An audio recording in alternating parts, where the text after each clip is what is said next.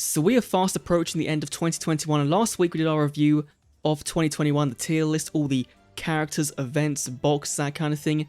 Today though, we're looking forward to 2022, and going to talk about my predictions for what characters, boxes, all that kind of thing that are going to come in the next year. So let me know down below what you think in a comment will happen in 2022. I think we're going to see Duel Links start to slow down even more than it already is in terms of new events, and I still think we're going to stay on the pattern of having an average of 12 characters a year.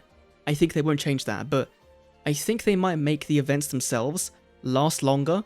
So whereas usually we'd have a tag duel event for 10 days, it might now go for 14 days, right? We might see Duel Links start to slow down, not sunset, right? I don't want to say sunset because that means the game's dying, because it's not. You know, it's making a shit ton of money. With Master Duel, with Cross Duel, something has got to give, and Duel Links being on autopilot, which it seems to have been for a year now anyway, it makes sense. So let's go, let's start off with the characters, right? The main kind of thing for the year that kind of drives how boxes will look as well, right? When you think about it, with Konami's new trend of putting characters with boxes, with structure decks, with all these different things. In January, of course, we know we have Yuto, right, coming into the month.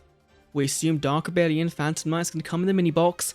And then in February, we most likely have Anna Kaboom, right? She's coming tomorrow to Duel Links as a roaming event, and she shares the same overall slot that Blair did, and so it would make sense for her to come in late February after the KC Cup in that big main box that usually is pretty good. Last year I don't think it was as good, but of course we had things like Judgment Force, which was insane, so I think that's kind of a lock. Then we go on to the next character, and I think we go back to Arc 5, right, to the brand new world, and we go for Sora. We go from Xyz to Fusion, and this character can be Fluffles and Frightfurs can be a mini box, or a main box, or a structure deck. They could be all of the above, and people will kind of go crazy. They're a fan of an archetype.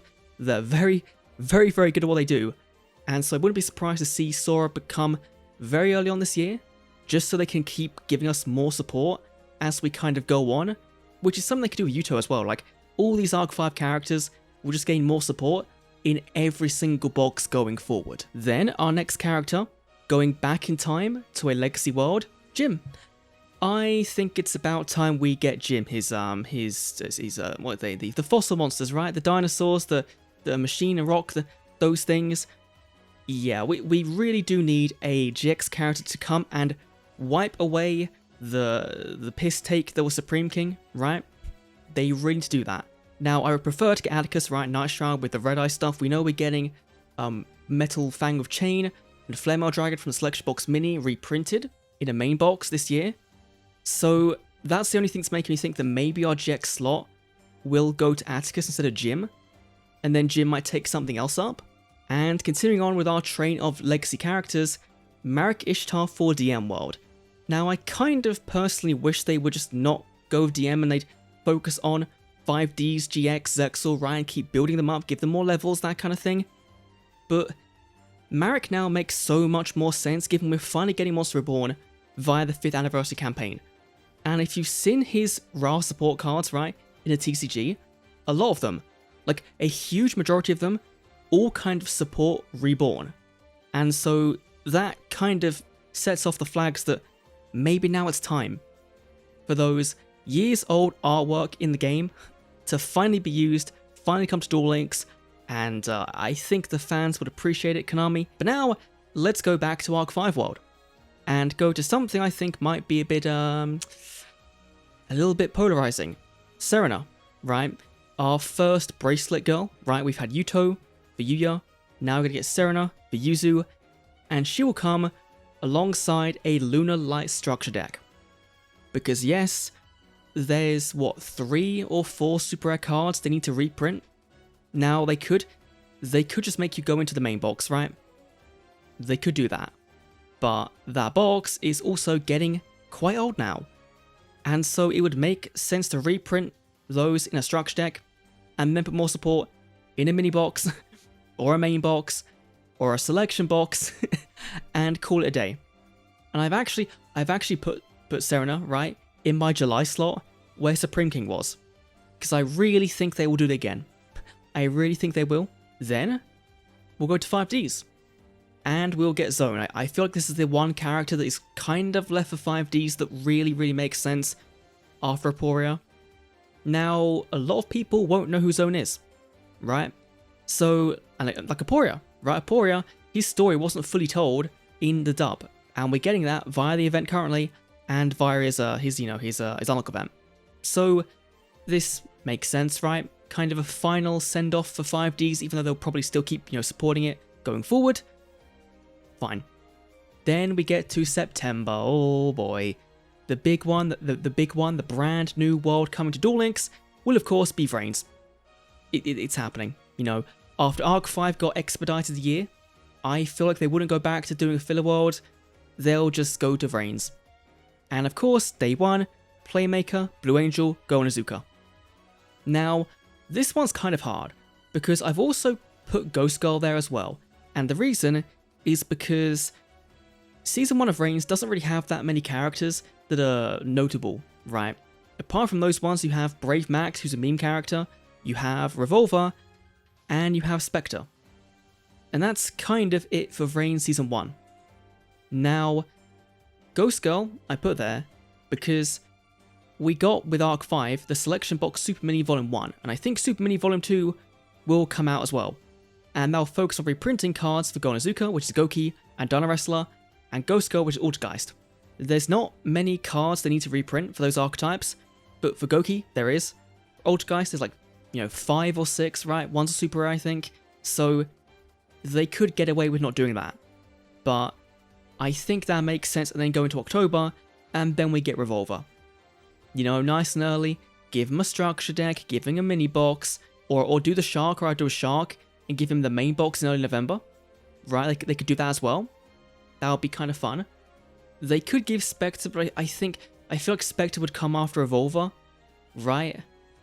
It's weird. It's weird with Vrains. It really is weird with Vrains, because I feel like, in my gut, that someone like Soulburner would be January rather than Revolver. For some reason, that's what I'm feeling. And then for our last unlock of the year, in December, Shun. Our Raideraptor Bird Boy from Arc 5, he'll come in, he'll be pretty good. Yeah, that's my lineup for 2022. 13 characters, of course, in 2021, up from the 12 average in 2020, 2019, 2018. So hopefully they continue the trend, but we'll have to wait and see.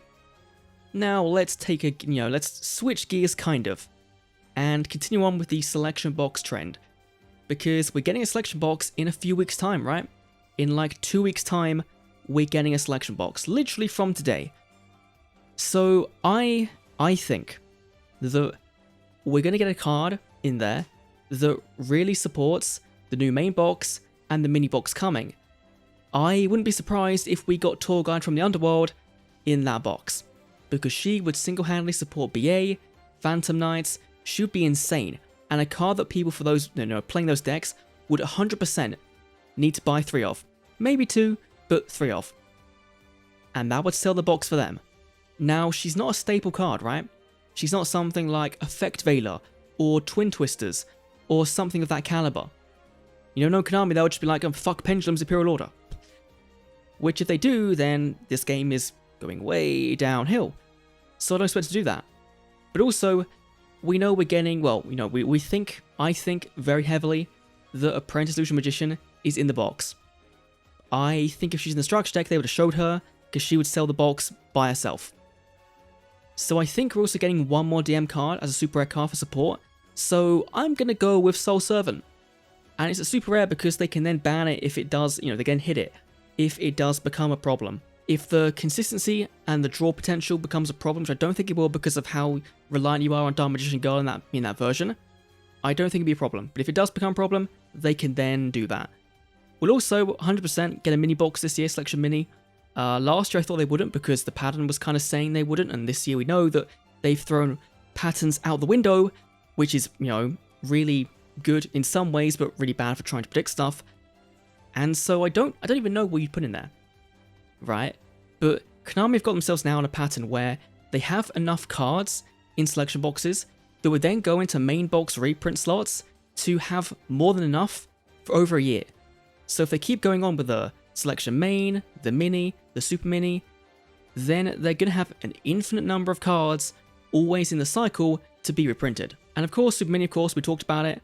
We talked about Go Onzuka's cards, his Go Keys, Go Skulls, Altergeists, that kind of thing. If they want to put, they want to save Serena for the end of the year and put Lunalights in there, sure, go ahead. I'd prefer that, but I kind of want to see her come to Duel Links sooner rather than later. So, Konami, I don't know. We know that we get UR alternate art cards in selection boxes, and there's not many slots, not many cards they can actually give us right now that make sense, because most TCG cards that have alternate artworks in Duel Links are cards we got for free, as character level ups or as unlock cards or gate cards. So I think it's pretty obvious at this point that we might get Dimension Guard the Dragon Knight, the alternate art for that, in a box. Odd Eyes Pendulum Dragon, probably in the mini box. I think that's kind of enough time around July-ish to give us one of the alternate arts, because Odd Eyes has 2, I believe, for Odd Eyes. That would make sense. And then perhaps in this one coming, this main box coming, they give us alternate artwork Alistair the Invoker. That won't really do much in Duel Links, right? It's kind of like Cyber Dragon. When that came out, it didn't really do anything. So it's just kind of there to make money off the people that really love Alistair and to fill a slot. So they could do that. Now I would say Utopia, but Utopia can get alternate artworks in a structure deck, which we'll talk about right now, because 100% Utopia will get a structure deck with an alternate art in it. He has 2, I believe, the one where he's like shielded up and the one where he's like got his swords out and stuff. Now that makes too much sense to be the World Championship Celebration deck. Like this year, we got Stardust with the whole the Shooting Star Dragon. Next year, we could get Utopia with Utopia Ray Victory or Utopia Lightning or something really, really fun they could give us. Lightning might be asking a bit too much, but something really, really fun with a cool animation that would make sense.